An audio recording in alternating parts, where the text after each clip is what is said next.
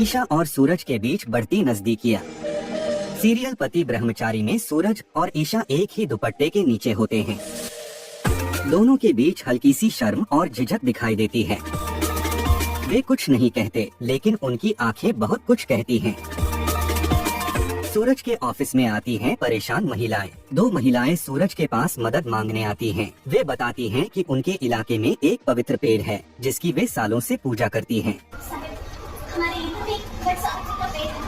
सालों से हम समाधि नहीं करती कि लंबी उम्र के लिए इस पेड़ की पूजा करती है, लेकिन वो नया बिल्डर उस पेड़ को कटाना चाहता है। हमारी आस्था है कि इस पेड़ में माँ सावित्री विराजित है और हमारे समाज की रक्षा करती है। इस पेड़ को काटने से बचा लीजिए सर, वरना हम सुहागिन कल में सावित्री की पूजा नहीं कर पाएंगे।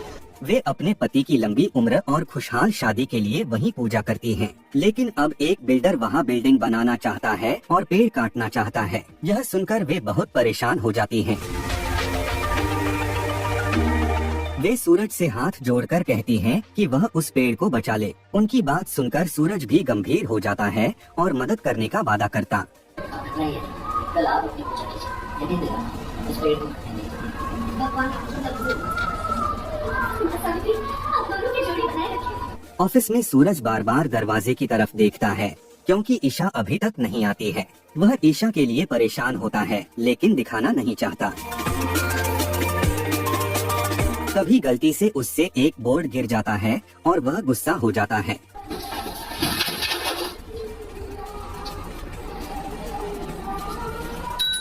मिश्रा जी, मिश्रा जी, भैया मिश्रा जी,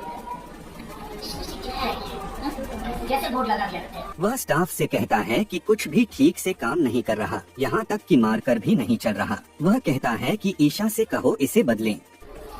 ये सेक्रेटरी साहिबा को कहिए ये सारे माल को फिल करके दे, एक भी ढंग से नहीं चल। तब स्टाफ बताता है कि ईशा अभी तक ऑफिस नहीं आई है। यह सुनकर सूरज और भी असहज हो जाता है। तभी ईशा का फोन आता है। सूरज पहले कॉल नहीं उठाता।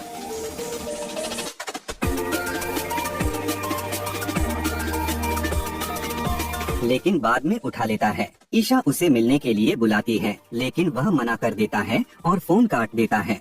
वह दूरी बनाए रखना चाहता है।